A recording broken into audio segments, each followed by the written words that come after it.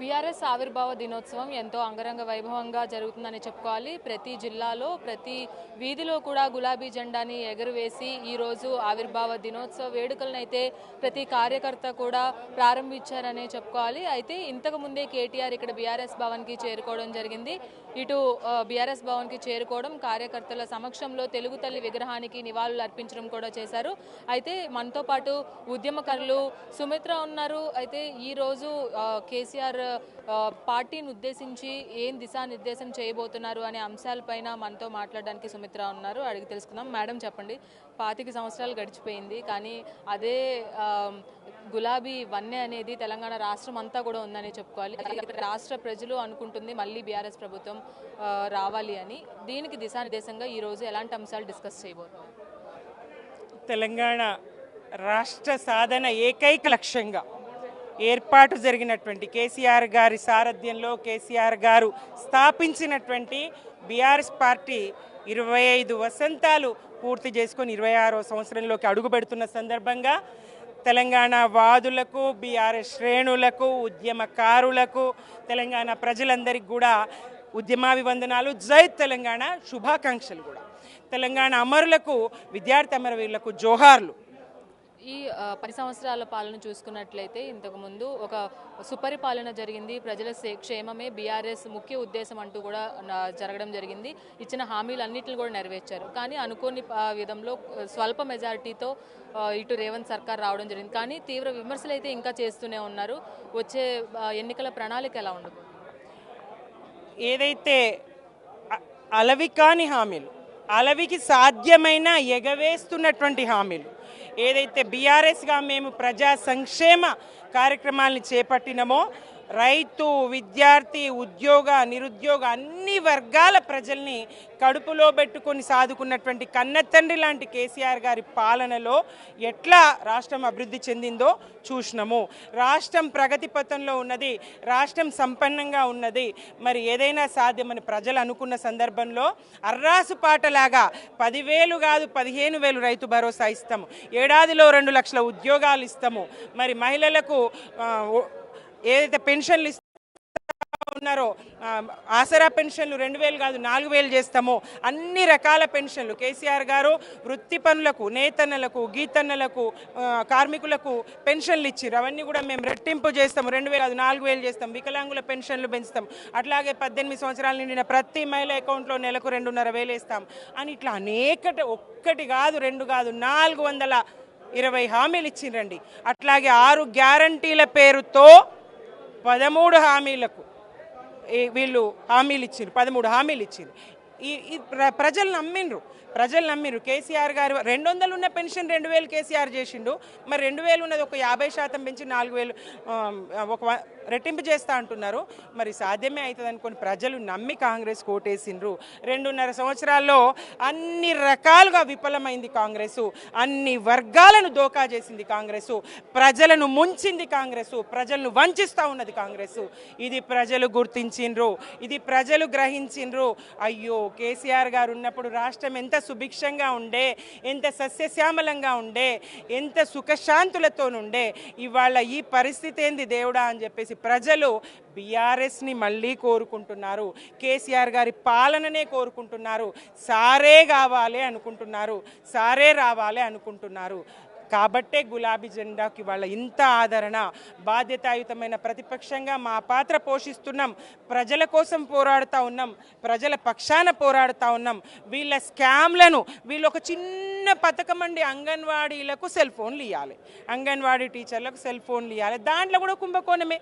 వాళ్ళు ఒక పని చేస్తున్నారు అంటే తప్పకుండా అందులో కుంభకోణమే ఉంటుంది, స్కామే ఉంటుంది. ఒక పని ఏదైనా చేస్తూ ఉన్నారు, ఒక పథకం ఏదైనా వీళ్ళు చేస్తూ ఉన్నారంటే ఖచ్చితంగా స్కామ్ ఉంటుంది అక్కడ. అట్లా వాళ్ళ స్కామ్లన్నీ ఎండగడుతూ ప్రజలకు వివరిస్తూ వాళ్ళు చేస్తున్న దోపిడీని, కాంగ్రెస్ పాలకులు చేస్తున్న దోపిడీని అడ్డగిస్తూ బీఆర్ఎస్ ప్రజల పక్షాన నిలబడి వాళ్ళ పోరాడుతూ ఉన్నది. ఆ పాత్ర ఇంకా మేము ఇవాళ కేసీఆర్ గారి దిశానిర్దేశంతో మరి నూతన ఉత్సాహాన్ని, నూతన ఉత్తేజాన్ని పొంది మరింతగా పోరాడుతూ, ప్రజల పక్షాన పోరాడుతూ కాంగ్రెస్ మెడలు వంచుతాం, ఈ ప్రభుత్వం మెడలు వంచుతాం. స్కాములు చేయకుండా కాపలా ఉంటాం.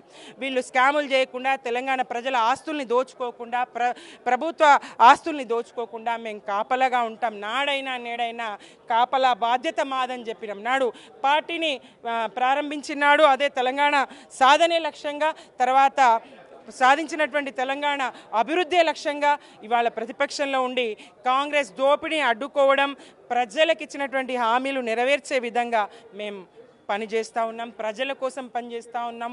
ఏకైక లక్ష్యం తెలంగాణ ప్రజల బాగు. నాడు పార్టీ ప్రారంభించినాడు ఏకైక లక్ష్యం తెలంగాణ రాష్ట్ర సాధన. ప్రభుత్వంలో ఉన్ననాడు తెలంగాణను తీర్చిదిద్దుకోవడం, ఇవాళ ప్రతిపక్షంగా తెలంగాణ దోపిడీ కాకుండా చూసుకోవడం, కాంగ్రెస్ దోపిడీ మూకల బారి నుంచి రాష్ట్రాన్ని కాపాడడం, ఈ బాధ్యత మా భుజాల మీద ఉన్నది. కేసీఆర్ గారి దిశానిర్దేశంతో మరింత ఉత్సాహంగా మేము పనిచేయబోతాం. అలాగే 2 రోజుల క్రితమే పార్టీ అనౌన్స్మెంట్ చేయడం జరిగింది టీఆర్ఎస్ అనే పేరుతో. ఇదే ఏప్రిల్ నెలలో పార్టీని అనౌన్స్ చేయడము, అలాగే ఒక సెంటిమెంట్ అనేది అంటే ఇంట్లో నాకే అన్యాయం జరిగింది, అప్పుడు కేసీఆర్ ఇప్పుడు కేసీఆర్ ఒకటి కాదు మరమనిషి ఆయన అంటూ కూడా కొన్ని విమర్శలు చేయడం జరిగింది కవిత. సో దాని పట్ల మీరేమంటారు? ఎంపీగా స్థానం కల్పించి ఎంపీగా ఓడిపోతే ఎమ్మెల్సీగా అవకాశం ఇచ్చి తనని ఏ రకంగా పార్టీ ఆదుకున్నదో, కేసీఆర్ గారు మరి ఇంట్లోనే 4 ఉద్యోగాల, కూతురికే ఓడిపోతే మళ్ళీ ఎంపీగా ఓడిపోతే ఎమ్మెల్సీ ఇస్తారనేటువంటి వాటిని ఎదుర్కొని ఆమెను నిలబెట్టే ప్రయత్నం చేసిండ్రు. దానికి తగ్గట్టుగా ఆమె నాయకత్వ ప్రతిభను కనబరిచింది. మరి ఏ కారణంగానో తెలియదు కానీ విభేదిస్తూ వచ్చారు. గత సంవత్సరం మే 1 తారీఖు నుంచి మరి పార్టీ లైన్ అతిక్రమించిన ఆమెను పార్టీ నుంచి సస్పెండ్ చేయడం జరిగింది. ఈ సందర్భంగా నేను ఒకటి చెప్పదలుచుకున్నాను. ఆమె అన్ని పేపర్లలో కూడా యాడ్ వేసిండ్రు, అడ్వర్టైజ్మెంట్ ఇచ్చిండ్రు. అట్లాగే ఫ్లెక్సీల్లో, పోస్టర్లో ప్రతి చోట ఒకే ఒక్క నినాదం నాకు కనపడ్డది, కొత్త రాజకీయ శక్తిగా వస్తున్నామని. కానీ నాకెక్కడా కొత్తదనం కనిపించలేదు. తెరాసే టీఆర్ఎస్ అని మా పేరును కాపీ కొట్టారు, అది కొత్తది కాదు. అలాగే పాంచజన్యం అనే పేరుతో పథకాలను ఏవైతే 4 లక్షల ఉద్యోగాల సంవత్సరంలో, ఇప్పుడు రేవంత్ రెడ్డి 2 లక్షల హామీ ఇచ్చి 20,000 కూడా ఇవ్వలేకపోయిండు. అవి మెడల్ వంచి ఇప్పియగలగండి, చూద్దాం మీ 4 లక్షల సంగతి. అది సాధ్యమవుతుందేమో చూడండి. ప్రతిపక్షం మీద ఎవరండి పోరాటం చేస్తారు? ప్రతిపక్షాన్ని ఎవరండి ప్రశ్నిస్తారు? పాలక పక్షమే కదా. ప్రతిపక్షము పాలక పక్షానికి కొరకరాన్ని కొయ్యగా పక్కలో బల్లెంగా ఉంటుంది. పాలక పక్షాన్ని ప్రశ్నిస్తూ ఉంటుంది. పాలక పక్ష స్కామ్లను ఎత్తి చూపుతూ ఉంటుంది బాధ్యతాయుతమైన ప్రతిపక్షంగా బీఆర్ఎస్. పాలకపక్షం దోపిడీ అడ్డుకుంటుంది బాధ్యతాయుతమైనటువంటి బీఆర్ఎస్. మరి వాళ్ళు అట్లాంటి బీఆర్ఎస్ను ప్రశ్నిస్తూ ఉన్నారు అంటే ఎవరేంటి అనేది ప్రజలు అర్థం చేసుకుంటారు. ఎక్కడి కొత్తదనం? ఆహార్యంలో జయలలిత గారిని అనుకరిస్తారు, పార్టీ పేరులో మమ్మల్ని అనుకరిస్తారు. మీరు ప్రకటించినటువంటి ఏ ఎన్నికలు లేకున్నా అప్రస్తుత అంశము మీ పాంచజన్య ప్రకటన, అది పక్క రాష్ట్రాలను కాపీ కొడతారు.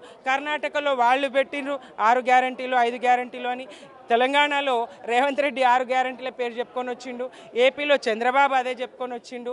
అంతెందుకు మోదీ గారు కూడా పశ్చిమ బెంగాల్లో అట్లాంటి ప్రకటనే చేసిండు. అట్లా పక్క రాష్ట్రాలను అనుసరిస్తూ పాంచజన్య ప్రకటన, పక్క రాష్ట్రపు స్వర్గీయ ముఖ్యమంత్రి జయలలిత గారిని అనుసరిస్తూ ఆహార్యము, మా పార్టీ పేరును తీసుకొని. ఇక్కడ కొత్తదనం ఎక్కడుందండి? కొత్తదనం అనేది ఎక్కడ ఉన్నది? ఆదిలోనే హంసపాదు అంటారు కదా, అట్లా జరిగింది ఇది. ఇంకోటి, పార్టీ ఆవిర్భావం నాడు తాను రాష్ట్రానికి ఏం చేయగలుగుతుంది, ఇప్పుడేం సమస్యలు ఉన్నాయి, ప్రజల పక్షాన తాను ఎట్లా పోరాడగలుగుతుంది, ఇది కదా చెప్పాలి. నాకు అన్యాయం జరిగింది, అన్యాయం న్యాయం తర్వాత మొదటి ఉద్దేశం మీకైనా నాకైనా ఉద్యమంలో పాల్గొన్న ఎవ్వరికైనా రాష్ట్ర సాధన మాత్రమే. రాష్ట్రాన్ని సాధించుకున్నాం. కేసీఆర్ గారు మీరెవ్వరూ ఇబ్బంది పడొద్దు, అవసరమైతే నా ప్రాణాలను పణంగా పెడతా, ఆమరణ నిరాహార దీక్షకు నేను పూనుకుంటాని ఆయన ప్రాణాలను పెట్టడానికి సిద్ధపడి రాష్ట్రాన్ని సాధించిన రాష్ట్రాన్ని 9.5 సంవత్సరాలు దేశంలోనే నంబర్ 1 స్థాయిగా నిలబెట్టగలిగినరు. పాలించి చూపించిండ్రు, సాధ్యమవుతుందని చూపించిండ్రు. కేంద్రం సహకారం లేకున్నా చేసి చూపించిండ్రు. తలసరి ఆదాయంలో కానీ, పంటల్లో కానీ, శాంతి భద్రతల్లో కానీ, అభివృద్ధిలో కానీ, ఇంటింటికి నీళ్ళు ఇవ్వడంలో కానీ, సాగునీరు విషయంలో కానీ అన్ని రకాలుగా తెలంగాణను అగ్రభాగాన నిలబెట్టగలిగినరు. మరి కళ్ళబొల్లి మాటలు చెప్పి మరి అమలు చేయడం ఇష్టం లేని అబద్ధపు హామీలు ఇచ్చి ప్రజల్ని మోసగిస్తున్నటువంటి కాంగ్రెస్ మీద పోరాడి ప్రజల పక్షాన నిలబడి మీరేంటో నిరూపించుకోవాలి. కానీ ప్రతిపక్షంలో ఉన్నటువంటి ప్రజల పక్షాన పోరాడుతున్నటువంటి ప్రజల గొంతుకై మాట్లాడుతున్నటువంటి బీఆర్ఎస్ను విమర్శిస్తే ప్రజలు మిమ్మల్ని ఎట్లా స్వాగతిస్తారు, ప్రజలు ఎట్లా హర్షిస్తారు, ప్రజలు మీ వెనుక ఎట్లా నడుస్తారు, మీకు ఇది తెలియదా కనీసం అని చెప్పేసి ఇవాళ తెలంగాణ అంతటా చర్చ జరుగుతూ ఉంది. ఇది నా మాట కాదు, తెలంగాణ ప్రజల చర్చ, తెలంగాణ వాదుల చర్చ. ఇట్లాంటి చర్చ జరుగుతూ ఉంది. కవిత గారు ఇది గుర్తిస్తే ప్రజాస్వామ్యంలో పార్టీలు పెట్టుకునేటువంటి హక్కు ఎవరికైనా ఉన్నది, పెట్టుకోండి. అనేక పార్టీలు ఇవాళ ఆయన ఎమ్మెల్సీ పదవి కోసం తను ఒక పార్టీని స్థాపించి కేవలం ఎమ్మెల్సీ పదవితో సంతృప్తి పడ్డటువంటి కోదండరామ్ గారిని చూసినాం. 4 వార్డు మెంబర్లని, ఓ సర్పంచ్ని కూడా గెలిపించుకోలేని స్థాయిలో ఆ పార్టీ ఉండే. అట్లాగే ఇప్పుడు చింతపండు నవీన్ అలియాస్ తీన్మార్ మల్లన్న ఆయన ఒక పార్టీ పెట్టిండ్రు. ఇక మరి అనేక మంది పార్టీలు పెట్టిండ్రు. ఇటు మహిళల విషయానికి తొలి మహిళ పార్టీ కానే కాదు, విజయశాంతి గారు తొలి మహిళగా తాను అప్పుడే తల్లి తెలంగాణ పార్టీ పెట్టిండ్రు. అలాగే వైఎస్ షర్మిల గారు ఒక పార్టీ పెట్టిండ్రు. పార్టీలు అనేక మంది పెట్టిండ్రు. ఎవరైతే ప్రజల కోసం పనిచేస్తారో వాళ్ళు ప్రజాక్షేత్రంలో నిలబడతారు. మరి ప్రజల్ని మరిచి నేల విడిచి సాము చేస్తే ఎవరెక్కడికి పంపేయాలో ప్రజలకు తెలుసు. అంతిమ తీర్పు ఇచ్చేది ప్రజలు, న్యాయ నిర్ణేతలు ప్రజల మీదనే ఇది వదిలేస్తున్నారు. సో చూసుకున్నట్లయితే బీఆర్ఎస్ రజతోత్సవ ఉత్సవాలతో పాటు ఇటు ప్రధాన అంశాలపై ఈరోజు కేసీఆర్ డిస్కస్ చేసే అవకాశం ఉంది. ఆయన దిశానిర్దేశం ప్రకారమే మేము కూడా నడుచుకుంటాము, ఆయన భావాలను ముందుకు తీసుకునే విధంగా బీఆర్ఎస్ని బలోపేతం చేసే విషయంలో మా ఉద్యమకారుల పాత్ర కూడా ఉంటుంది అని సుమిత్ర